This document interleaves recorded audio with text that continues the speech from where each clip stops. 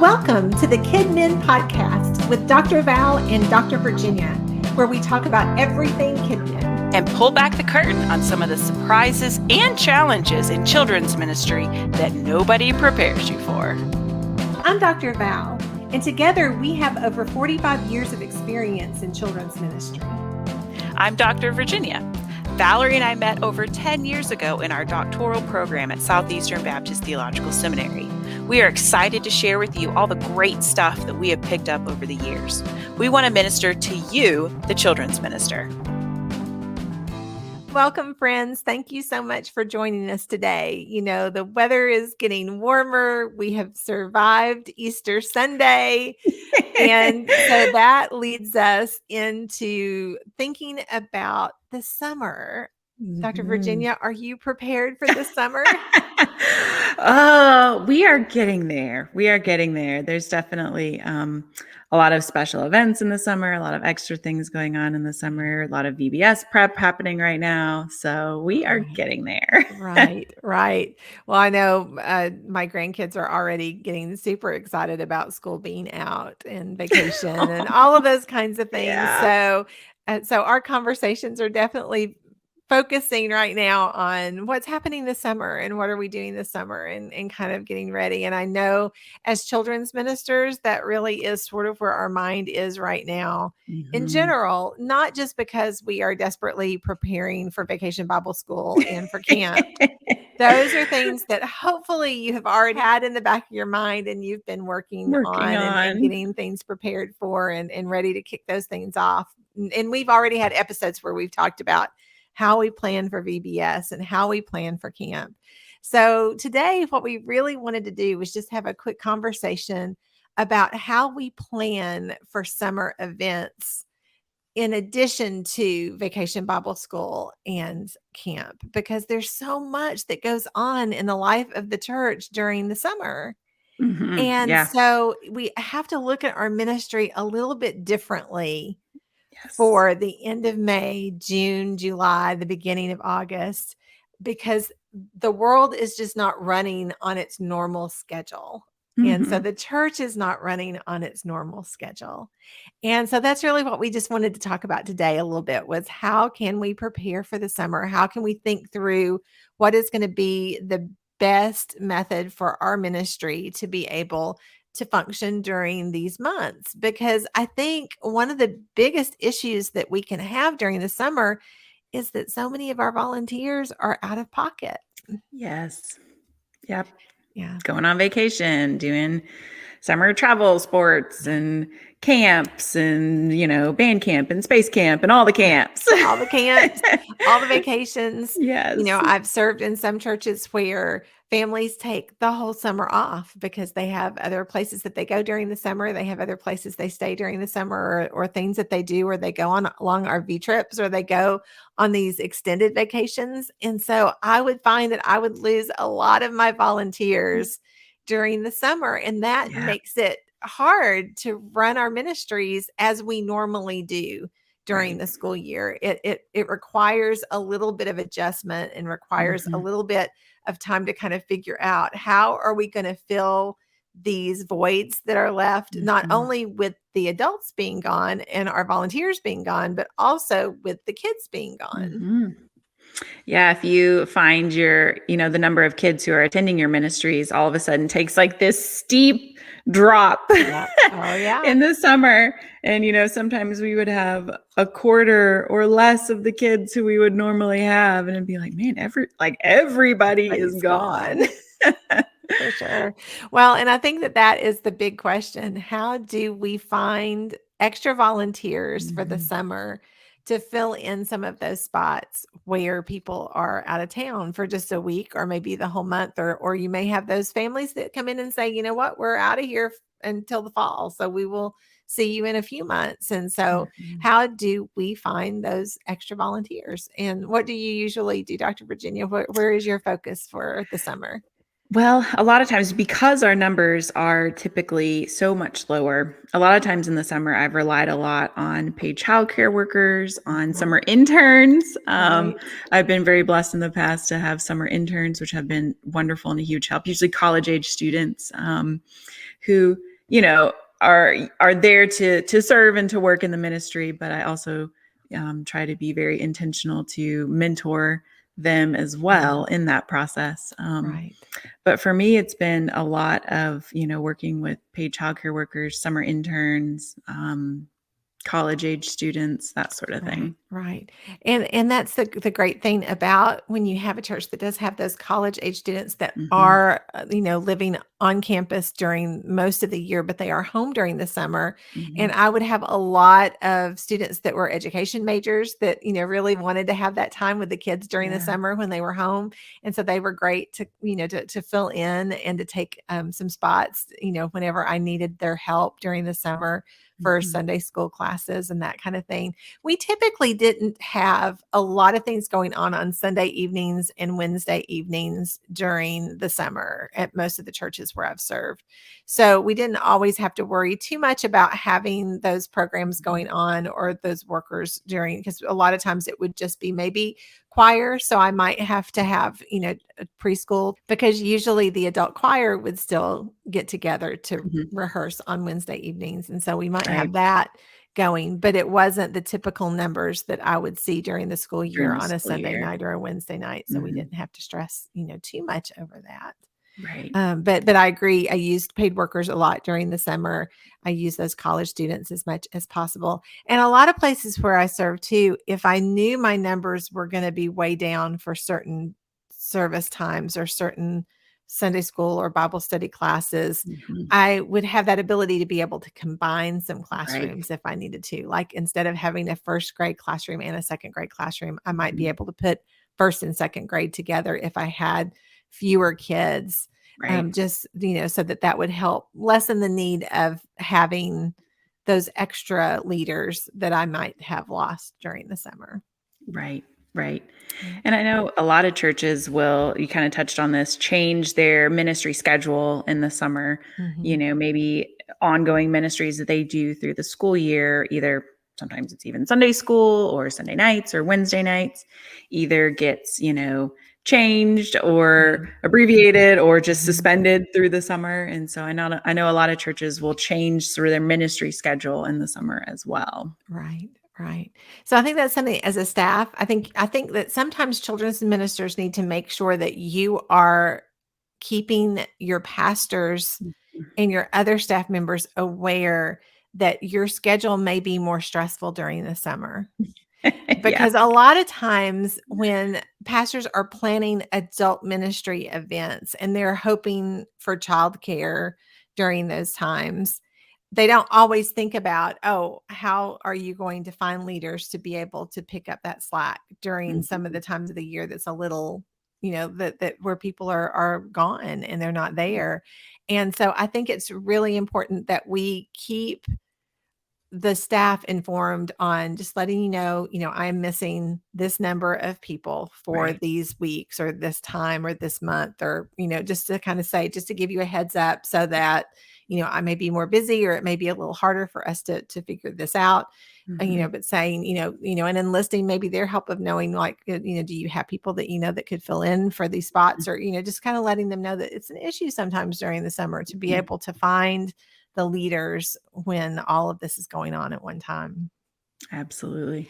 And also we were just, talking earlier that summer is not just Vacation Bible School and camp, that we can have a lot of other things that are going on during the summer to be able to minister to our families and to give them some opportunities. So what are some of the fun things, Dr. Virginia, that you've done during the summer?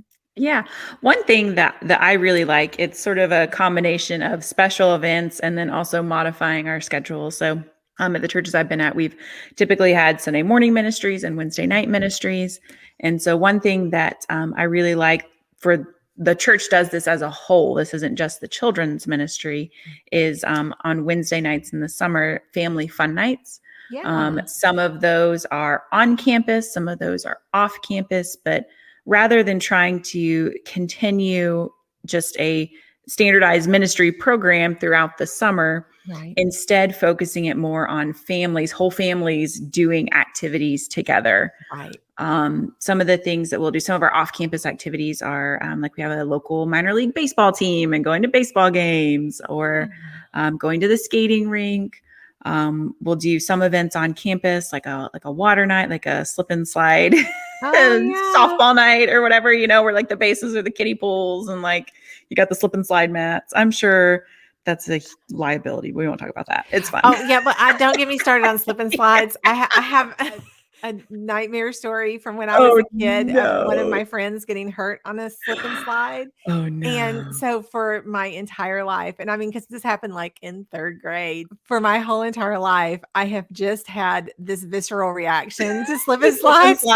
Yes. Of this panic. And so I have always called myself, bummer teacher during the summer because I am not a big fan of slip and slide. Yeah.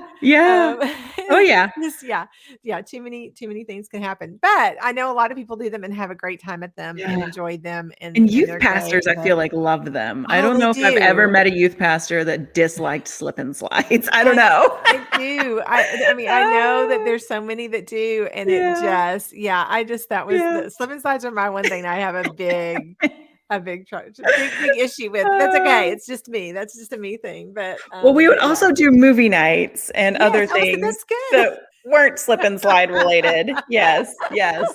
For the family fun nights, and we would do small group fellowship nights where we would encourage all the adult classes to do a fellowship at a restaurant, at someone's home, and it would be whole families together, take their kids with them, and so just kind of this whole variety of family fun nights on Wednesday nights in the summer for the whole church. And they were always like really well attended. And especially looking year over year, from one year of doing normal ministry on Wednesday nights to, the next year doing family fun nights.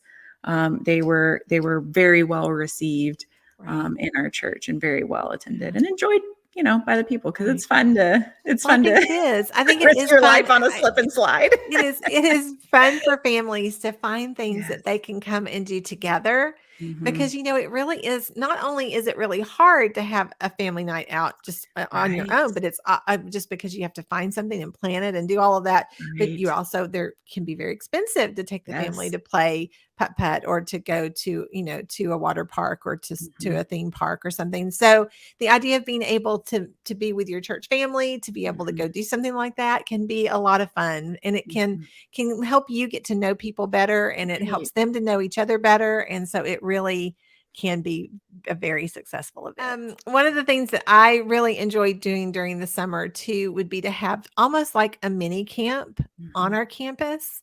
And I've done that a lot of different ways over the years. And the main reason why I've always wanted to do an event like this is because I feel bad for my 1st and 2nd graders, because they don't, for me, I started camp at 3rd grade. So I took kids to the week-long camps, 3rd, through 5th grade, or 3rd through 6th grade. So I felt like that my 1st and 2nd graders were missing out on camp. Now, here in Tennessee, we had a weekend camp for 1st and 2nd graders that we would go to sometimes, where we would have parents go with us. And it was actually at a campsite, and it was, just a short 2-night camp stay, which I think is great for 1st and 2nd graders to get that first opportunity to be able to go to camp. Yeah. And so, but that typically wasn't during the summer. Actually, usually the camps here in Tennessee had those like in the late spring. So it was a little bit before the summer got started. And so often I would do those. But the mini camps that I was talking about here would be just a day that I would have on the church campus, where we would do camp type activities for the kids. And so it wasn't just for 1st and 2nd grade. We would, it was for the whole children's ministry, but I felt like it gave 1st and 2nd graders a little experience of camp. And so usually how I would do it is I would schedule it out for the summer. I would pick a day each week for the summer. And obviously we wouldn't do it on the week of camp or the week of Vacation Bible School, but it's select days during the summer we would have them, and we would do camp events. Like maybe one day we would do an archery day, where I would have somebody come in and set up the things for archery and teach the kids how to do that. Or we might have a craft day where, for that day we did crafts, and we would do like a sports day where we would play baseball or football, tag football, that kind of thing, or we would, come up with those kinds of activities, things you would normally do at camp. Right. But we would do it there on the church campus and just they would come in the mornings. We would do an activity. We would have just a really simple lunch, for the kids. And then the parents would pick them up later in the day. I obviously would always do a devotion because I don't do any event without any kind of a devotion, but we would have, Bible study. And I usually even wrote like a devotional for the summer for the kids to have, so that we would, so when we met each week, we would talk about it, but they would have little things that they could do during the week. So made it like a little booklet for them to have. And so it was just like a little mini camp so that, so that the kids had this opportunity to come. And it was always just a fun event for us to have. And in the years that I had more struggle with having leaders, I might make it something that that a parent would come with them to, but it just varied according to the ministry as to how we did it, the timing, how long we did it for, that kind of thing. But really my heart was just to give the kids an opportunity to sort of have a little camp day during, the week at the church. And so it was a lot of fun. Yeah, that's awesome. Another big event that we had during the summer for some of our churches would be the missions week. Like we would actually do either the preteen mission, which we talked about this before in another episode, right? When we talked about preteen ministry, but I would do a week of missions, whether it would be a local missions week or if it would be an out of town missions week where, we might go to another state or another city for a week with the preteens to do some mission work specifically. But even just to have a local missions week where you have the kids come to campus every day, and every day they have something that they're going to do, whether it's something for your church ministry where they're going to clean something or paint something or fix something or organize something, or maybe go to senior adults' homes and, rake leaves and plant flowers, or go to the local, food bank and sort cans of food and set food bags up, or those kinds of things. And so it's just that great opportunity for kids to have a little bit of hands-on missions. And you can either do it again where you set up certain days or a certain week for them to do that, where the parents would just drop them off in the morning and then pick them up late in the afternoon. Or there were some locations where we actually did it where church families would open their homes and we would have like the boys stay at one church member's home and the girls stay at another. And so it was sort of like a little week of missions camp where they would actually, and then we would, pick them up in the buses and come back to the church and then go out to wherever we were going to serve for missions that day. So there are a lot of opportunities that you have during the summer to sort of have that time with the preteens to get them ready for mission work, to be able to do special things with them. And so that can be a whole lot of fun. Yeah, that's very similar. We do something very similar during Vacation Bible School with our middle schoolers. They do off-campus missions projects. They have a devotional time over the same scripture that the younger kids are learning about during VBS. Right. And then they will go out to different places in the community, just like what you're saying, to the food bank, to nursing homes, to, senior adults who are homebound, all that kind of thing. Right. And do mission projects throughout the week, and then be back on campus in time for the end of VBS. That way, if they have younger siblings, everybody's getting picked up together, that kind of thing. So we kind of do that in conjunction with VBS for our middle schoolers as well. Yeah. There's a great church in Tennessee that actually has something similar, except for they do VBS in the mornings. So, you come for morning VBS, and then any kids that want to stay, they serve lunch, and then they have an afternoon activity set up. And so the kids actually stay at the church for the week of VBS all day if they want to. Now, not all of them do. Some are picked up at noon.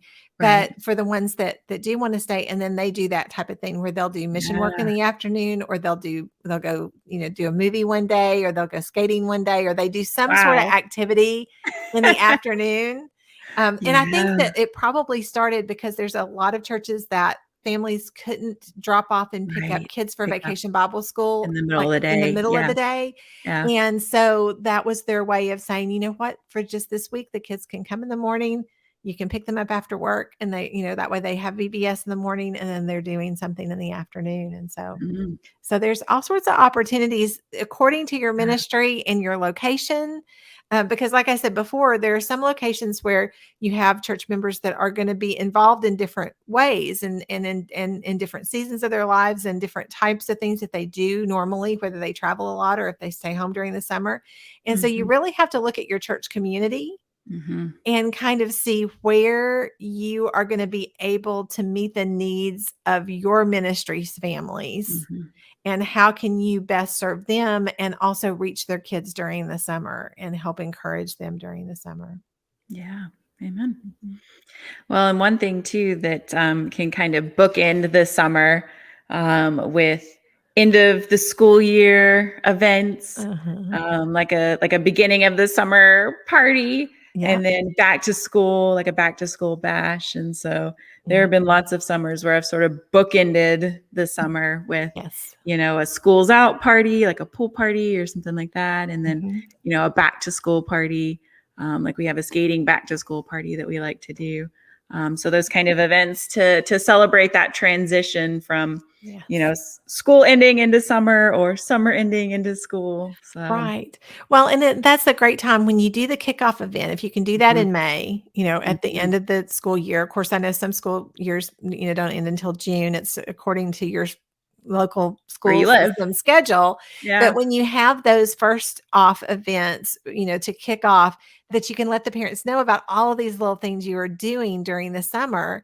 And then it's the same for those back to school kickoffs that you can do at the end of the summer, because then you can let parents know about your fall schedule. You can let them know, what time, Sunday school or Bible study starts, what time Awana or Bible drill or choir or whatever types of events that you're doing, during the week, when are those kickoffs going to be? You can give them that information. You can let them know, about a fall festival. If you've got a fall festival coming up, so you want to have those dates and that promotional material ready by the end of the summer, because you really want the parents, as they're getting school schedules and as they're thinking through their fall schedule, you want to make sure that they have your dates to be able to incorporate into their calendars. And so the more information that you can give to them, the more successful your kickoff is going to be for the fall. Now, I do have a question, Virginia. Do you promote your kids to their next classroom at the beginning of the summer or at the beginning of the fall? We do it at the beginning of the school year. So we do it. I've done it different ways at different churches. Either the weekend before school starts, like immediately before school starts on Monday or Tuesday or whatever, or the first weekend in August, because our school year starts usually early to mid-August. And so, so we've done it both ways. So typically, though, we are a wait to promote till close to when the school year starts. Right. That being said, we do kind of do a sort of hybrid thing to where our fifth graders who are moving up into sixth grade, into middle school, into student ministry, for Sunday school, they continue in the fifth grade Sunday school class. But for other summer activities, they can be with the youth ministry. So on Wednesday nights, they can go with the youth ministry, or special events, they can go with the youth ministry, that kind of thing. And so, so that fifth to sixth grade summer is almost like a hybrid summer of sort of one foot in the children's ministry world still, but then kind of trying out some student ministry activities and things throughout the summer.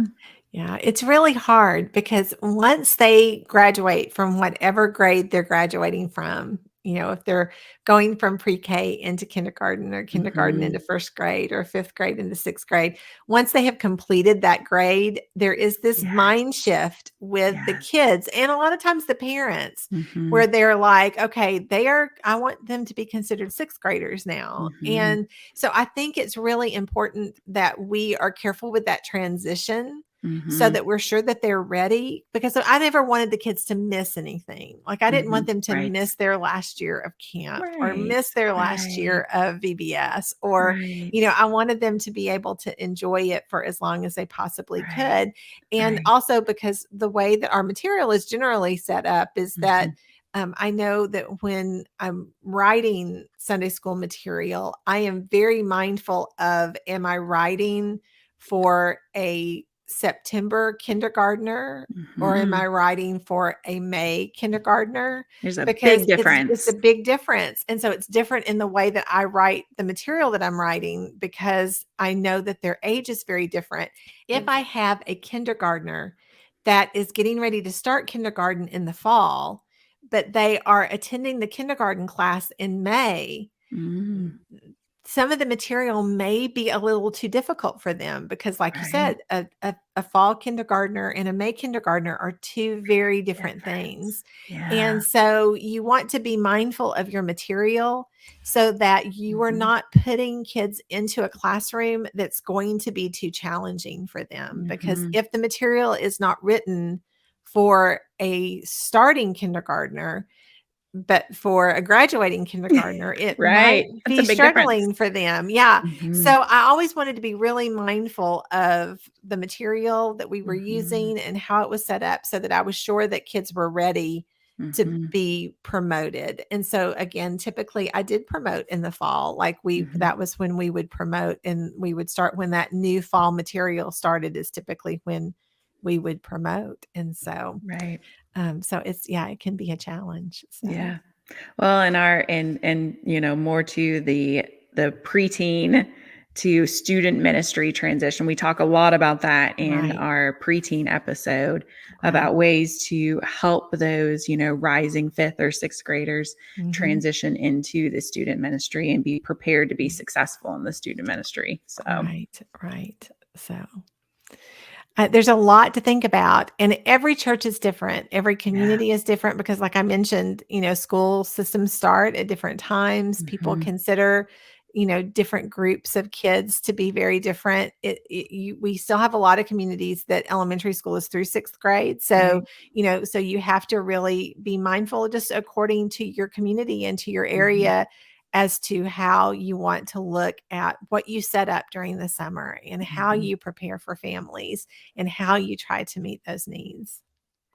Summer months can be so very fun, but they can also be very stressful and very challenging, especially if you do find yourself with more events during the summer than less. And I am one who I enjoy routine and schedule. So I'm always very excited for the fall to start back, even though camp and VBS are, two of my favorite things for the whole year. But I do look forward to getting back into a routine and having a normal schedule and all of those things. But know that you are not alone in your stress about summer and events and planning for summer events and having things. Again, you don't want to take on too much. And so I don't ever want you to feel like there's things that you have to be doing other than just your main events. But it's always nice to sort of think of some other ways that you can connect with families and with your kids during the summer while they have a little bit of extra time and they're looking for those things to do. So it's always a lot of fun. It is. And so we've had a great conversation today. If you haven't, make sure to subscribe to our different channels, either on your podcasting platform that you're listening on or on YouTube.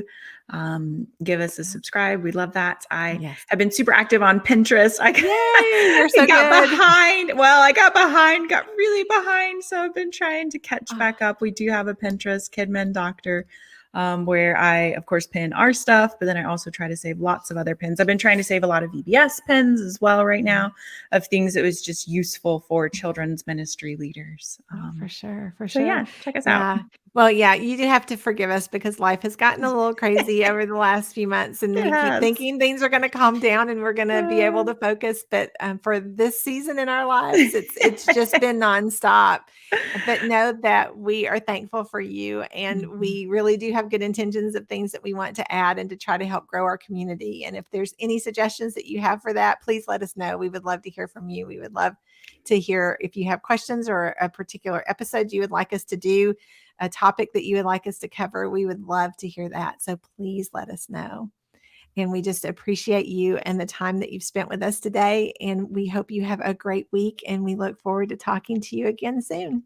Bye-bye.